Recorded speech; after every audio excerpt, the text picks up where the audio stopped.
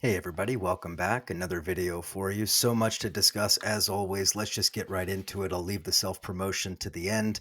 I want to talk a little bit about what's going on in Russia with regard to journalists and information and censorship, because this is a very real and very difficult issue to get a lot of information about. Of course, I think we all understand that there's very severe political repression going on in Russia, draconian laws that have been put in place to ensure, opposition is kept to a minimum, that there's no real discussion, no real debate about the war, etc., and certainly no factual reporting that contradicts Kremlin narratives. And so, obviously, as of course you all know, most opposition media, independent media, is no more in Russia. To the extent that it does exist, it exists sort of on the fringes, including some journalists who have simply left the country. And so, with that in mind, we should talk a little bit about a couple of criminal probes that have been launched by the Russian government against a couple of relatively prominent journalists. The first one I want to mention, Alexander Nevzorov. He has been indicted is a U.S. legal term, but a criminal probe has been opened into his publishing of so-called false information, this specifically having to do with Russia, the shelling of the maternity hospital in Mariupol. Of course, this has made a lot of headlines in recent days. The Russians denied it at first. The Russians, tried to come up with several false flag scenarios, hoaxes, etc. Though it seems fairly clear at this point, although I suppose we still need to sort through all of the evidence, but it does seem fairly clear that, as was reported, the Russians did hit a maternity hospital that was in use as a maternity hospital. And this was a major information war flashpoint a few days ago. And so here's a journalist reporting on it from Russia, or rather, a Russian journalist reporting on it, now facing criminal charges. As we know, it could be up to 15 years, according to those most recent laws put in place by Putin's increasingly fascistic, autocratic sort of regime. Now, Nevzorov is, at least according to the Moscow Times, believed to already be out of the country. So whether he would be tried in absentia, I don't know exactly, but clearly he understood the threat to himself, personally, and he's believed to be out of the country, or perhaps in hiding, as I imagine many journalists have probably elected to do in Russia. Another journalist, a blogger based in France, who has also had a criminal probe opened against her. Her name is Veronika Belotsirkovskaya. Belotsirkovskaya is also charged with publishing false information. I think fraudulent information is what the charges were. Without getting into all of the specifics about their cases, these are only two of what we could probably assume to be many more journalists who either already have been targeted or will soon be targeted for reporting of factual information, providing some objective analysis. Of course, as we understand, the Kremlin has a vast army of its own propagandists who are going to toe the line. This is the majority of Russian mainstream media is this way, just as it is in the United States. I mean, if you follow the news commentary, as I try not to in the U.S., I mean, this is war fever all day, every day, presenting a completely one-sided narrative that actually misinforms more than it informs. And so when we speak, or at least when I speak, of the kind of propaganda system that exists in Russia, I understand the differences between that and that which exists in the United States, but I also understand the very striking similarities and the sort of all-encompassing nature of the single voice towards war. So anyway, going back to the Russia side of this equation, this goes back to a much larger and much more troubling issue, one that is used by various right-wing types, right-wing ideologues in Russia, but also Putin and the people around him himself, people who may not be as ideologically driven as somebody like, an Alexander Dugin or some of the other leaders of the far right in Russia and elsewhere. But the phrase that I'm thinking of, fifth columnists, the idea that anybody who truly opposes the Kremlin's policies, be they some, liberal cosmopolitan or be they, some leftist Marxist or something, that these are essentially not only traitors to the country, but that they are essentially lying in wait to sort of engage in a conspiracy to dismantle Russia, more or less. And this language about fifth columnists is increasingly dominant in Russian discourse. You've heard it from Putin himself in a couple of these more dramatic speeches that he's given, but others have used it as well. Former President and Prime Minister Medvedev, Lavrov has used it. Dugin, of course, other sort of think tank right-wing fascist types talk about this endlessly. And of course, those on the various Kremlin propaganda channels that, at least in the West, really no longer exist. But, in RT and Sputnik and the rest of these areas and these platforms, they talk about fifth columnists. And I think anybody who is a regular denizen of that crap knows that this is a fairly standard tool used by the Putin regime to essentially demonize anybody that falls out of favor, falls out of line. And this, of course, is extremely fascistic, as we all understand. Now, I want to just point out before I move on the deafening silence of the pro-Kremlin crowd that just cries to high heavens about censorship, censorship, censorship, censorship when Spotify has a little content policy about Joe Rogan, censorship when a right-wing asshole gets shouted down on Twitter, censorship when somebody says left-wingers shouldn't go on Tucker Carlson or what have you. Cancel culture, it's run amok. I mean, these people, they're grifting for hundreds, thousands, tens of thousands of dollars a month off of the poor saps who pay them for this filth and garbage that they peddle. And yet they don't have a single damn thing to say about actual censorship going on of real journalists trying to do actual journalism in Russia. Not a word. I mean, these are cheerleaders for the Kremlin, cheerleaders for Putin, cheerleaders for this war. Not a word about the journalists who are risking their lives to actually tell the truth. This is where you know that all of the hemming and hawing about cancel culture and about censorship and America, the censorship, big tech censorship, and yet not a single damn word about censorship in Russia. Oh, no, they'll say, oh, no, I don't support it. I don't support it. Well, I don't see you spotlighting it either. In fact, I see you ignoring it entirely. And that really does speak volumes about what kind of people we're dealing with here. Okay, moving on, I want to talk a little bit about Russia's brain drain. This is, of course, a major issue as Russia careens toward economic disaster. This is something that really all of the former Soviet republics understand. This is something that had plagued Russia ever since the end of the Soviet Union, the sort of migration of some of the most talented, highly educated, most successful, business people and tech specialists and engineers and doctors and other types. This is something that's well known. But in recent weeks, since the outbreak of this war, rather, I shouldn't say the outbreak of the war, that's not the right terminology. Since Russia invaded Ukraine, at least 50 to 70,000 IT specialists have already left the country. Now think about these numbers, 50 to 70,000. Think about how many companies are impacted by that. How many small, medium, large companies are impacted by this inside of Russia. Do you think that all of these companies are going to be able to continue maintaining their systems, their legacy systems, their updated systems, their software, their hardware, all of these things? How are you going to do it without the techs there? How are you going to do it without the experts? According to industry experts inside of Russia, they expect another 100,000 to leave by the end of April. We're already almost at the end of March here. We're talking in 4 weeks, another 100,000 IT specialists to leave. You're talking a total of 170,000. Well, 150 to 170,000 IT specialists fleeing Russia in a period of roughly 2.5 months. uh, leaving aside the sanctions and the currency problems and the export problems and the financial transaction problems and all of the other economic disasters that are befalling Russia thanks to the sanctions, this might be one that is totally underplayed and underappreciated.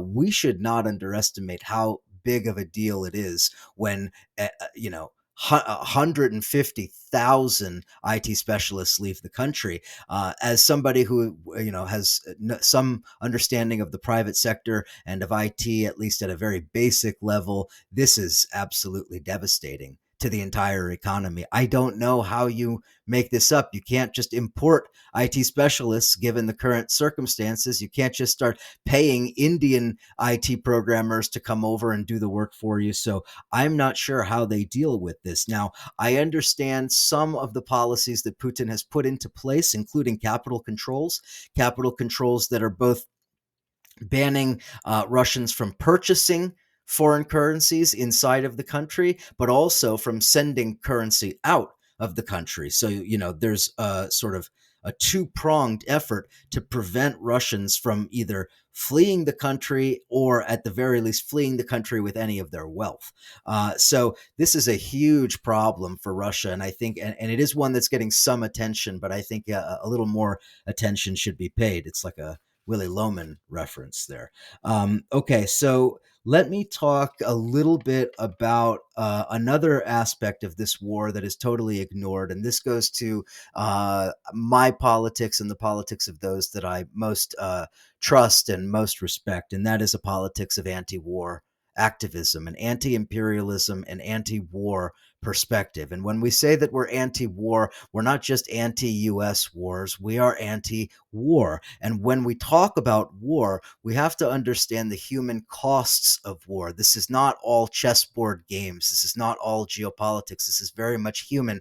And to be even more specific, it is human on all sides. It is human victims in Ukraine, and it is human cannon fodder on the Russian side. So let's talk a little bit about some of the cannon fodder. Particularly, I want to focus in this brief segment on one of the republics within the Russian Federation, the Republic of Dagestan, which is in the North Caucasus region. Now, I'm not going to do an entire history of the whole region and the wars that were waged in 1999 and into the early 2000s and Chechnya and how that all came about. There's so much there to discuss. I've talked a little bit about the false flag apartment bombings and how that led to Putin's rise. You can go back to my other videos to get some analysis on that. What I want to talk about here with regard to Dagestan is the fact that this represents a major point of commonality with the US and with other countries, and specifically, at least from the US perspective, the way in which the military preys on the poor.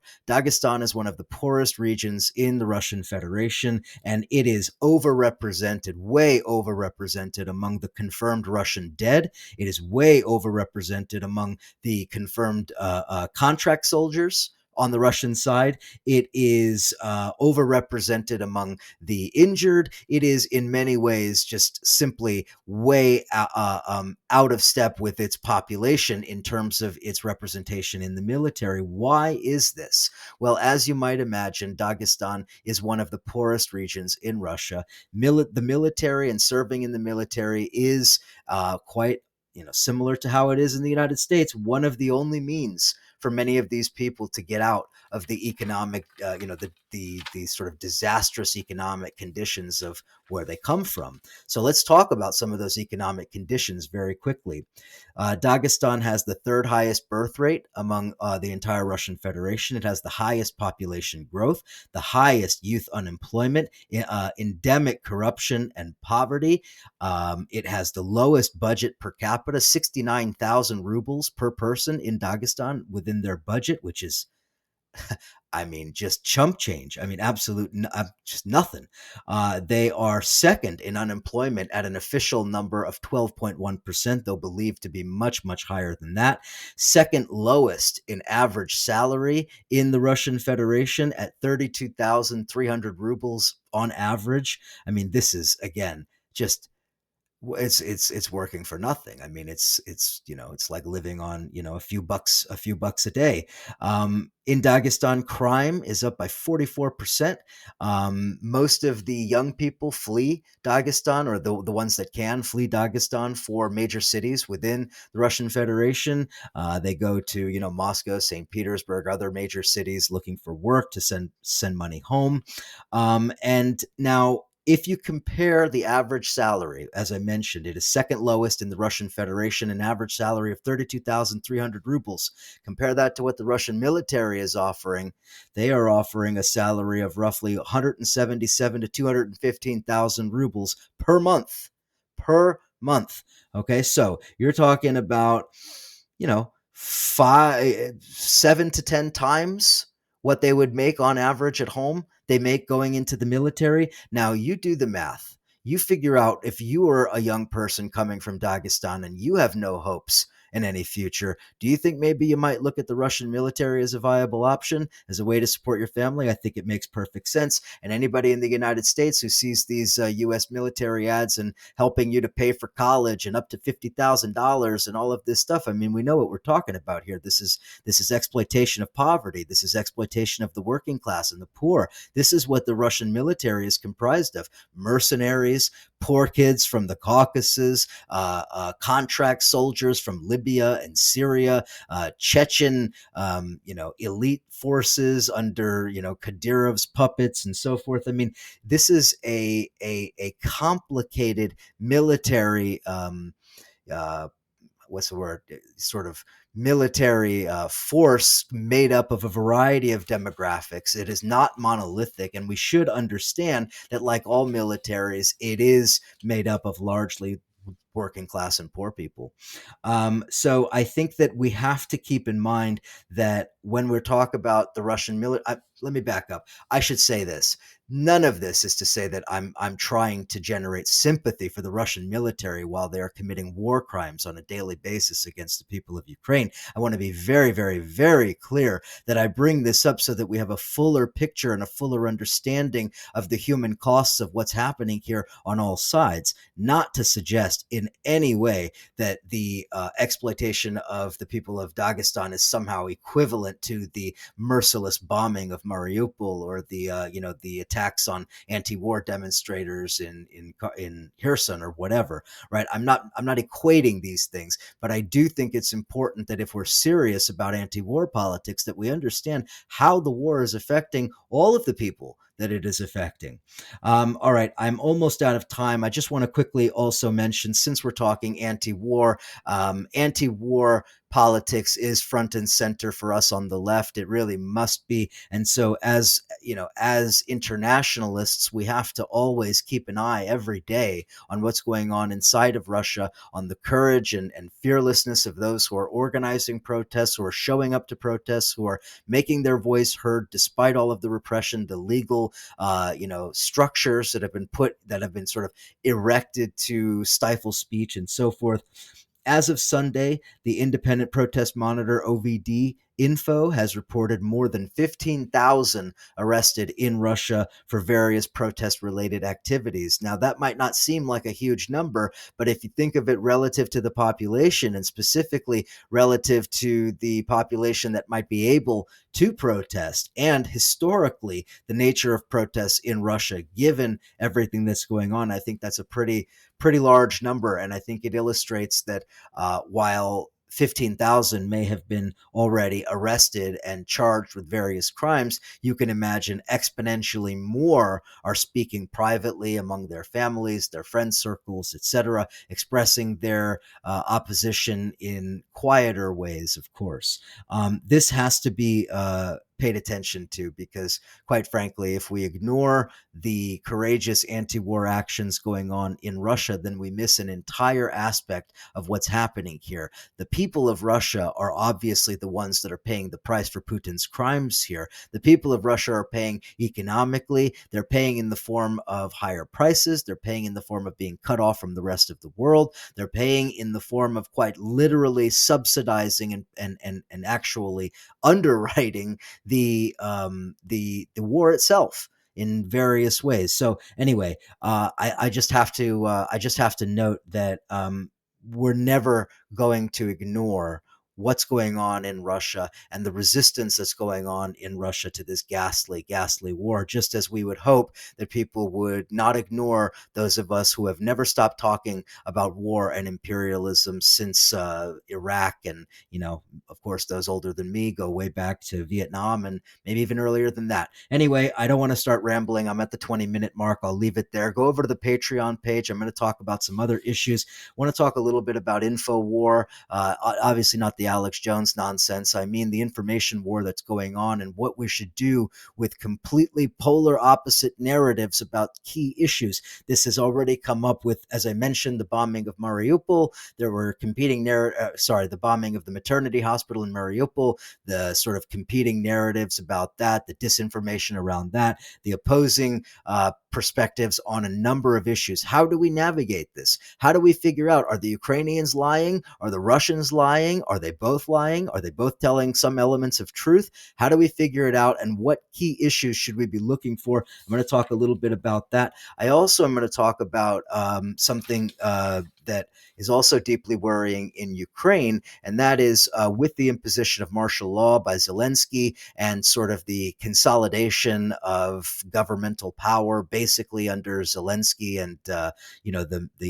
defense ministry and the national security, I forget what it's called, national security team, national security council, something to that effect, that they have taken also their own draconian measures. Now, on the one hand, this is understandable. On the other hand, we should talk about it because it is important and it is both worrying, but also a very good piece of propaganda for Putin. So we're going to talk about the banning of political opposition in Ukraine, what this means, why this was done, what are the implications. I'm going to talk about that, a whole bunch more. Go over to the Patreon, patreon.com/Eric Draitser. I'm out of time. Talk to you next time.